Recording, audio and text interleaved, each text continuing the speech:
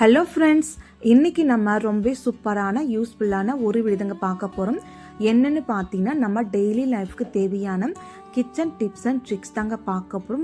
ரொம்ப யூஸ்ஃபுல்லாக இருக்கும். இன்றைக்கி நம்ம 8 பெஸ்ட் கிச்சன் டிப்ஸ் தாங்க பார்க்க போகிறோம். வீடியோவை ஸ்கிப் பண்ணாமல் பாருங்கள். அப்போ தாங்க பார்க்குற உங்களுக்குமே புரியும்.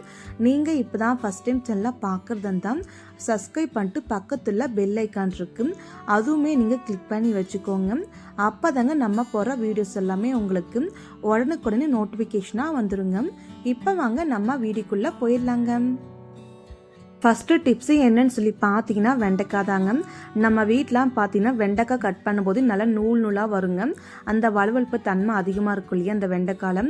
நம்ம என்ன தான் போட்டு வறுத்தாலுமே அந்த வெண்டைக்காயில் பார்த்து நிறைய வலுவழுப்பு தன்மை இருக்குங்க. அந்த வலுவழுப்பு தன்மை போகிறதுக்கு மட்டும் இல்லைங்க, அந்த வெண்டைக்காயும் நல்லா டேஸ்ட்டாக இருக்குது. இந்த டிப்பை நீங்கள் யூஸ் பண்ணி பாருங்கள். நான் பார்த்தீங்கன்னா கட் பண்ண வெண்டைக்காய் ஒரு கடாயில் போட்டு வதக்கிட்டு அது கூட நீங்கள் 3 பொருள் சேர்க்கணுங்க. அது என்னென்னு பார்த்தீங்கன்னா, ஒரு அரை டீஸ்பூன் போல் சால்ட்டும், அதுக்கப்புறம் பார்த்தீங்கன்னா சமையல்னா ஒரு 3 டீஸ்பூன் போல் சேர்த்துட்டு ஒரு கொஞ்சம் போல் மஞ்சள் தூள் நீங்கள் சேர்த்துக்கோங்க. இது 3 நீங்கள் சேர்த்துட்டு ஒரு கரண்டி வச்சு நல்லா வதக்கி விட்டுக்கோங்க. கரெக்டாக நீங்கள் 3 நிமிஷம் 4 நிமிஷம் போல் வெண்டைக்காய் நல்லா வதக்கி விட்டாலே போதுங்க. அந்த வளவழுப்பு தன்மை எதுவுமே கொஞ்சம் கூட இருக்கவே இருக்காதுங்க. அது மட்டும் இல்லைங்க, வெண்டைக்காய் நல்லா டேஸ்ட்டாகவும் இருக்கும். கண்டிப்பாக இந்த டிப்பை நீங்கள் ட்ரை பண்ணி பாருங்கள். ரொம்பவே யூஸ்ஃபுல்லாக இருக்குங்க. இந்த டிப்ஸ் உங்களுக்கு பிடிக்கும்னு நம்புகிறேன். பிடிச்சிருந்தா மறக்காமல் வீடியோக்கு ஒரு லைக் பண்ணிக்கோங்க. மறக்காமல் ட்ரை பண்ணி பாருங்கள். ரொம்பவே யூஸ்ஃபுல்லாக இருக்குங்க. இப்போ நம்ம அடுத்த டிப்பு என்னன்னு சொல்லி பார்க்கலாம் வாங்க.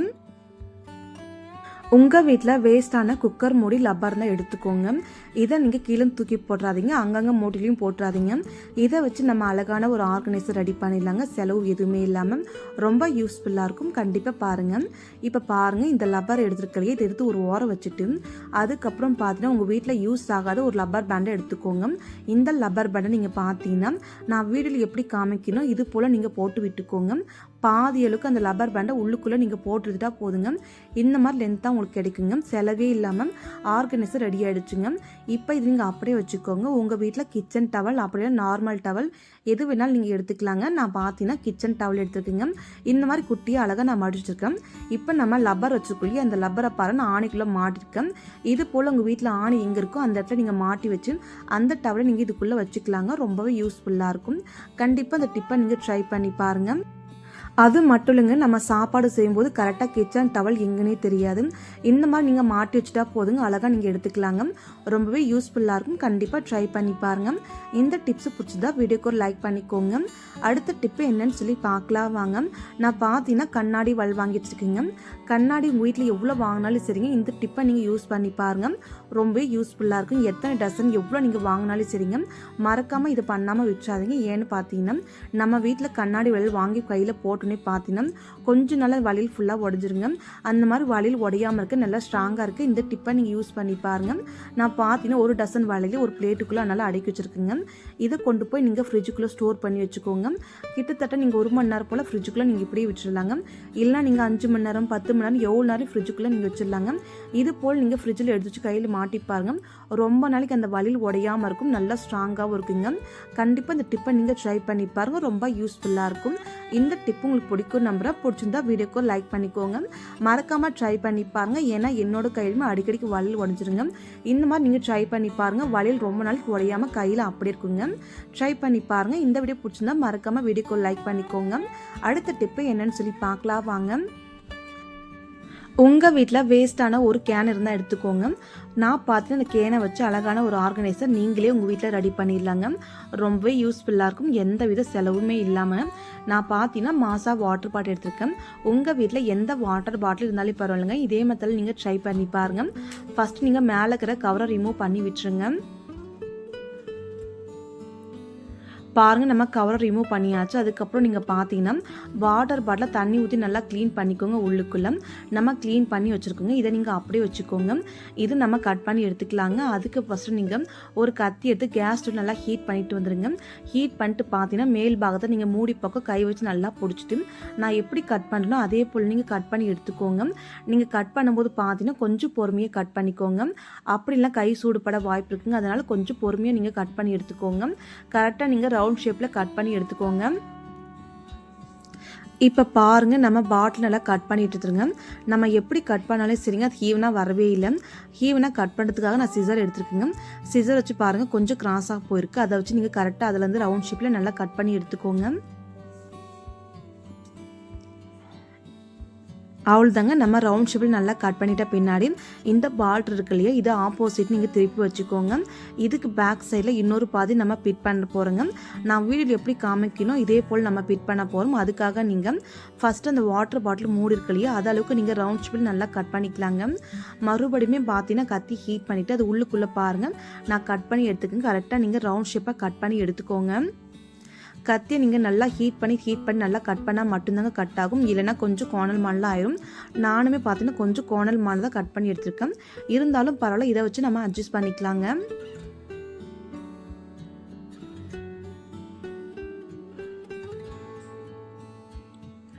பாருங்கள், நான் கட் பண்ணி எடுத்தாச்சுங்க. இதுக்குள்ளே நம்ம அந்த கேன் பாட்டில் இருக்கு இல்லையா, அதை நம்ம இதுக்குள்ளே வச்சு நம்ம பிட் பண்ண போகிறோங்க. அது எப்படின்னு சொல்லி பார்க்கலாம் வாங்க.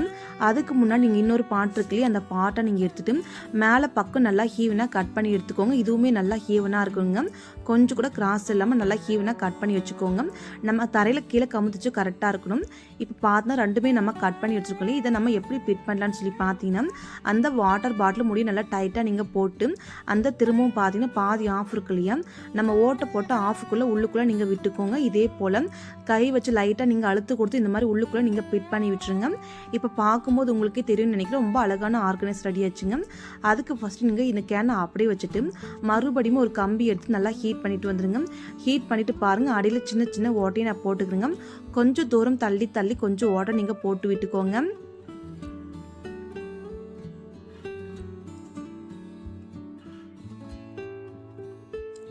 இப்போ பாருங்கள், நம்ம சுற்றியும் நல்லா ஓட்டை போட்டு முடிச்சாச்சுங்க. இந்த ஓட்டை எதுக்காகன்னு பார்த்து நம்ம வீட்டில் சின்ன சின்ன குட்டி ஸ்பூன்லாம் இருக்கு இல்லையா, அந்த ஸ்பூன்லாம் நீங்கள் க்ளீன் பண்ண உடனே பார்த்தீங்கன்னா இந்த பார்டருக்குள்ளே உள்ளுக்குள்ளே நீங்கள் போட்டு வச்சுக்கலாங்க. க்ளீன் பண்ணதுமே நீங்கள் போட்டு வைக்கும்போது என்னாகும்னு பார்த்தீங்கன்னா அந்த தண்ணி ஃபுல்லாகவே அந்த ஓட்டை வெளியே வந்துருங்க. ஸ்பூன் ஃபுல்லாக அந்த பாட்டிலுக்குள்ளே இருக்குங்க. பார்க்குமே ரொம்ப அழகாக இருக்கும். கண்டிப்பாக ட்ரை பண்ணி பாருங்கள். செலவே இல்லாமல் ஆர்கனைசர் நீங்களுமே ரெடி பண்ணிடலாங்க. ரொம்ப யூஸ்ஃபுல்லாக இருக்கும். கண்டிப்பாக ட்ரை பண்ணி பாருங்கள். இந்த டிப்பு உங்களுக்கு பிடிச்சிருந்தா மறக்காமல் வீடியோக்கு ஒரு லைக் பண்ணிக்கோங்க. அடுத்த டிப்பு என்னன்னு சொல்லி பார்க்கலாம் வாங்க. நம்ம எல்லார் வீட்லையும் இருக்கக்கூடிய ஒன்று தாங்க டிக்டாக் கிளிப்பு. ஏன்னு பார்த்தீங்கன்னா சின்னவங்க பெரியவங்க குழந்தைங்க யார் இருந்தாலும் சரிங்க, டிக்டாக் கிளிப்பு அதிகமாக யூஸ் பண்ணுவாங்க. வாங்கின கொஞ்சம் நாளுக்குள்ளேயே பார்த்தீங்கன்னா அந்த கிளிப்புன்னு நல்லா கலர் மாறி போயிருங்க. அப்படிலாம் கலர் நல்லா ஷேட் ஆயிரும். அந்த மாதிரி கலர் ஷேட் ஆகும்போது நீங்கள் கீழே தூக்கி போடுவீங்க இல்லையா, இனிமேல் நீங்கள் கீழே தூக்கி போடாதீங்க. இதை வச்சு நம்ம நல்லா ரீயூஸ் பண்ணிக்கலாங்க. அது எப்படின்னு சொல்லி பார்க்கலாம் வாங்க. உங்கள் வீட்டில் கலர் கெச்சு அப்படி இல்லை ஐலைனர் மஸ்காரா இந்த மாதிரி இருந்தால் நீங்கள் எடுத்து வச்சுக்கோங்க.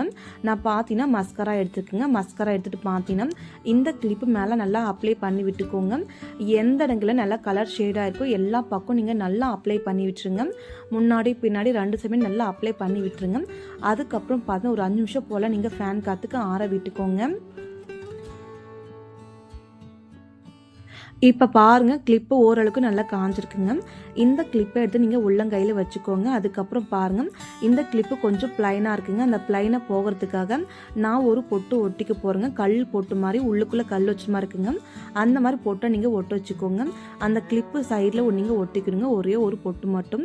நான் எப்படி வீடியோவில் காமிக்கணும் அதே போல் நீங்கள் ஒட்ட வச்சு யூஸ் பண்ணிக்கலாங்க.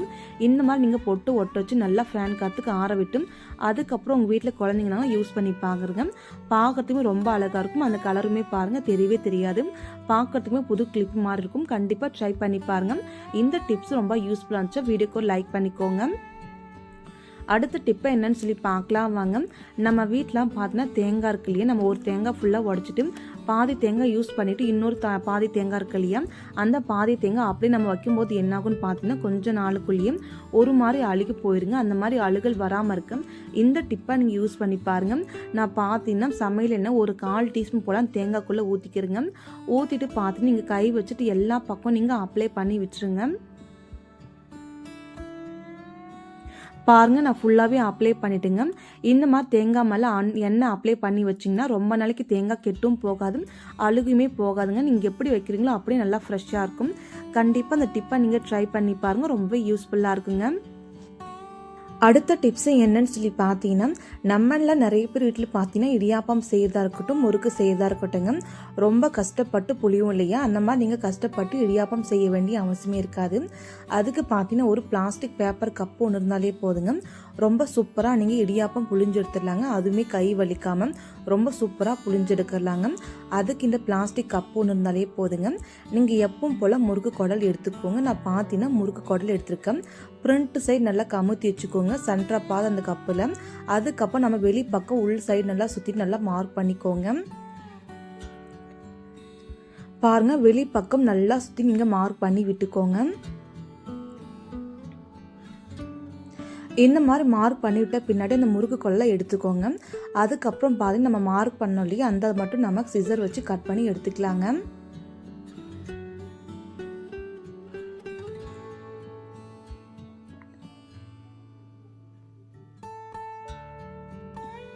அவ்வளோதான் பாருங்கள், நம்ம மார்க் பண்ணோம் இல்லையா, அதை மட்டும் நம்ம கட் பண்ணி எடுத்தாச்சுங்க. இதை நீங்கள் ஒரு ஓரம் வச்சுட்டு முறுக்கு குழல் எடுத்துக்கோங்க. நம்ம இன்றைக்கி இடியாப்பம் செய்ய போகிறோங்க, அதனால் இடியாப்பாச்சு உள்ளுக்குள்ளே நம்ம போட்டுக்கலாங்க. இப்போ இந்த முறுக்கு குடலை எடுத்து ஒரு ஓரம் வச்சுக்கோங்க. நான் முன்னாடியே பார்த்தீங்கன்னா மாவெல்லாம் ரெடி பண்ணி வச்சுருக்கேன். பாருங்கள், இந்தளவுக்கு மாவு நல்லா சாஃப்டாக இருக்கணுங்க. அப்போ தாங்க இடியாப்பமாக இருக்கட்டும் முறுக்காட்டுக்கும் நல்லா சூப்பராக புளிஞ்சு வருங்க. இப்போ நம்ம மாவை நல்லா உருண்டு கட்டிக்கலாங்க இடியாப்பம் கொல்லை போடுறதுக்காக. பாருங்கள், உருண்டு கட்டிருக்கேன். இப்போ இந்த மாவை எடுத்து ஒரு ஓரம் வச்சுட்டு நம்ம ஒரு பிளேட் அடியில் வச்சுட்டு முறுக்கு குடலை அதுக்குள்ளே வச்சுக்கோங்க. இப்போ நான் மாவு பார்த்தீங்கன்னா உள்ளுக்குள்ளே போட்டுக்கலாங்க. மாவு எந்த அளவுக்கு போடணும் பார்த்தீங்கன்னா ஃபுல்லாக நீங்கள் எப்பவுமே போடக்கூடாதுங்க, 3/4 அளவுக்கு மட்டும்தாங்க மாவு போடணும். பாருங்கள், நம்ம மாவு போட்டுட்டாச்சுங்க. அதுக்கப்புறம் பார்த்தீங்கன்னா ஒரு விரலை மட்டும் வச்சு லைட்டாக அழுத்தி விட்டால் பின்னாடி நம்ம பேப்பர் கட் பண்ணோம் இல்லையா, அந்த பேப்பரை இதுக்கு மேலால் வச்சுக்கோங்க. எதுக்கு இந்த மேலே நீங்கள் வச்சுட்டு இது மூடி இருக்கு இல்லையா, அதை க்ளோஸ் பண்ணி விட்டுக்கோங்க. எதுக்காக நம்ம இதுக்கு மேலே பேப்பர் வைக்கிறோன்னு பார்த்தீங்கன்னா, நம்மளாம் நிறைய பேர் வீட்டில் பார்த்தீங்கன்னா முறுக்கு செய்யறதா இருக்கட்டும் இடியாப்பம் செய்யறதா இருக்கட்டுங்க, பாதி மாவு அச்சுக்குள்ளே இருக்கும், மிச்சம் பாதி மாவு மட்டும்தாங்க கீழே இறங்கி வரும். அது மட்டும் இல்லைங்க, புளியும் போது ரொம்ப கஷ்டமாக இருக்கும், கையுமே ரொம்ப வலி இருக்குங்க. அந்த மாதிரி எதுவுமே ஆகாமல் இருக்க இந்த டிப்பு ஒன்று போதுங்க, ரொம்பவே யூஸ்ஃபுல்லாக இருக்கும். இப்போ பார்த்தீங்கன்னா நான் க்ளோஸ் பண்ணிவிட்டு நல்லா டைட்டாக நீங்கள் க்ளோஸ் பண்ணி விட்டுக்கோங்க. இப்போ நம்ம அவ்வளோதாங்க, இதை நம்ம புளிய ஆரம்பிச்சிடலாங்க. இது பார்த்தீங்கன்னா இந்த மாவு கரை கிட்டத்தட்ட ஒரு 3 போல் நம்ம பிழிகிறோம். எப்படின்னு சொல்லி பார்க்கலாம் வாங்க.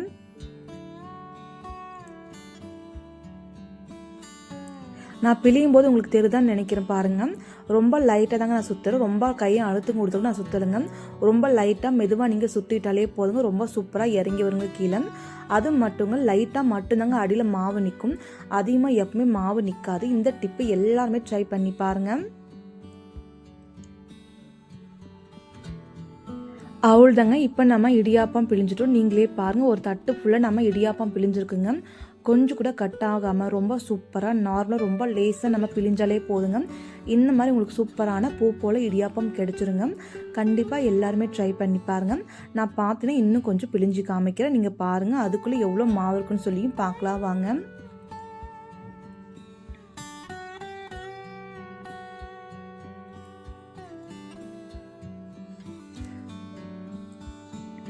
அவள்தான் பாருங்கள், இன்னொரு பிளேட்டு போல் நான் பிழிஞ்சிட்டேன். அதுக்குள்ளே எவ்வளோ மாவு இருக்குன்னு சொல்லியும் பார்த்துடலாம் வாங்க. நம்ம வீட்டில் பாருங்கள், நார்மலாக நீங்கள் இடியாப்பம் செஞ்சு பாருங்கள், அது உள்ளுக்குள்ளே எவ்வளோ மாவு இருக்கணும். இந்த மாதிரி பிளாஸ்டிக் பேப்பரை வச்சு நீங்கள் போட்டு பாருங்கள், அதுக்குள்ளே எவ்வளோ மாவு இருக்கணும் உங்களுக்குமே நல்லா வித்தியாசம் தெரியுங்க. உள்ளுக்குள்ளே எந்த மாவுமே இல்லைங்க, மேலே மட்டும் லைட்டாக இருக்குது, அவ்வளோதாங்க. கண்டிப்பாக இந்த டிப்பு ரொம்ப யூஸ்ஃபுல்லாக இருக்கும், ட்ரை பண்ணி பாருங்கள். நான் பார்த்தீங்கன்னா இன்னும் கொஞ்சம் மாவு போட்டுட்டு உள்ளுக்குள்ளே நான் பிழிஞ்சு காமிக்கிறேன், நீங்களே பாருங்கள். ரொம்ப சூப்பராக பூ போல் இடியாப்பம் இந்த மாதிரி உங்கள் வீட்டில் நீங்கள் செஞ்சு பாருங்கள். இடியாப்பம் ஃபுல் லிங்க்னா கீழே கமெண்ட் பண்ணுங்கள், நான் அப்லோட் பண்ணுறேன். ரொம்ப சூப்பரான பூ போல் சாஃப்டான இடியாப்பம் வீட்லேயே ரெடி பண்ணிடலாங்க. இந்த மாவுமே பார்த்தீங்கன்னா வீட்டில் செஞ்ச மாவு தாங்க, ரொம்ப சூப்பராக இருக்கும். இடியாப்பம் பார்த்தீங்கன்னா ஃபுல்லாக நான் வேக வச்சுட்டேன். இப்போ நான் பார்த்தீங்கன்னா பிளேட்டுக்குள்ளே போட்டு காமிக்கிறேன், நீங்களே பாருங்கள் எந்த அளவுக்கு பூ போல் வந்திருக்கு, எந்த அளவுக்கு சாஃப்டாக வந்திருக்குன்னுட்டு. இந்த இடியாப்பம் மாவு பார்த்தீங்கன்னா வீட்லேயே ரெடி பண்ணுதுங்க, ரொம்ப சூப்பராக இருக்கும். கண்டிப்பாக ட்ரை பண்ணி பாருங்கள். நான் பார்த்தீங்கன்னா இடியாப்பத்துக்கு தேங்காய் பால்லாம் எதுவுமே எடுக்கலை, ஏன்னா பார்த்தீங்கன்னா தேங்காய் விற்கிற விலைக்கு தேங்காய் வாங்க முடியுமா யோசிச்சு பாருங்கள்.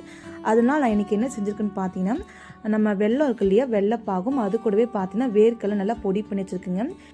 நம்ம கிராமத்து சைடில் பார்த்தீங்கன்னா வெள்ளைப்பாகும் கொஞ்சமாக வேர்க்கல்லையும் பொடி சேர்த்து சாப்பிடுவாங்க. அவ்வளோ டேஸ்ட்டாக இருக்குங்க. நீங்கள் வேணால் இடியாப்பத்துக்கு பதிலாக ஆட்டுக்கால் பாயம், மட்டன் குழம்பு, சிக்கன் குழம்பு, குருமா குழம்பு எது வேணாலும் செஞ்சு சாப்பிட்லாமுங்க. ரொம்பவே சூப்பராக இருக்கும். கண்டிப்பாக எல்லாருமே ட்ரை பண்ணி பாருங்கள். இந்த டிப்ஸ் உங்களுக்கு பிடிச்சிருந்தா மறக்காமல் வீடியோக்கு ஒரு லைக் பண்ணுங்கள். அடுத்த டிப்பு என்னன்னு சொல்லி நம்ம பார்க்கலாம் வாங்க.